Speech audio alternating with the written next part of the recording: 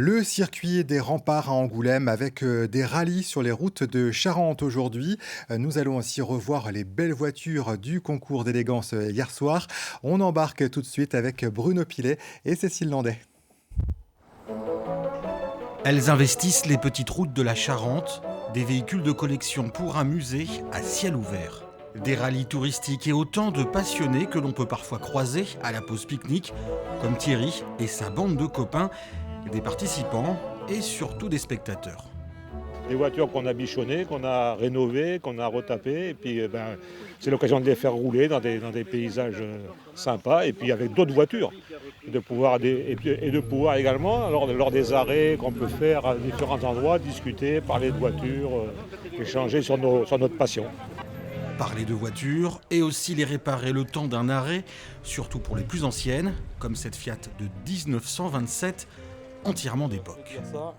Elles sont centenaires, donc il faut quand même un peu les surveiller quoi, et essayer d'arriver au bout sans faire de casse.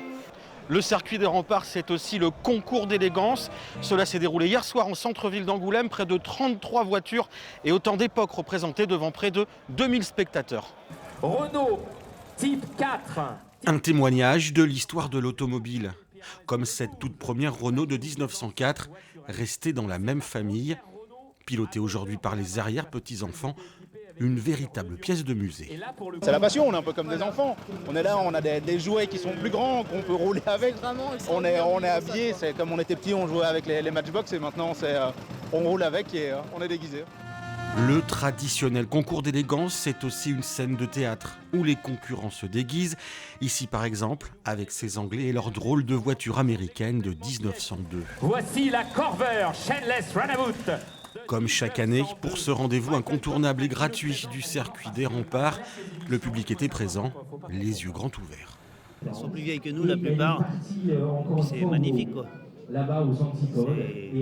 voir encore des vieilles voitures comme ça, c'est super. On voit des voitures que j'ai jamais vues de ma vie et dans un état en plus irréprochable. Donc ouais, c'est sympa. Ouais. Parmi les spectateurs, il y en avait un, discret mais célèbre dans le milieu de la course automobile, Harry Vatanen. L'homme cherche la beauté dans la vie, quand il cherche l'harmonie, quand il cherche l'élégance. Alors, je crois qu'il a tout compris. Vous voyez, c'est une soirée quand l'homme se rend compte que la vie, ça vaut la peine de vivre. 33 voitures classées par catégorie et par âge, toutes resplendissantes. Un hommage parfois à l'élégance française, avec cette sublime Talbot de 1931. La grande fête des véhicules anciens a décidément toute sa place à Angoulême. Pour cette 50e édition, les organisateurs ont tout fait pour plonger les visiteurs dans l'ambiance de la voiture ancienne.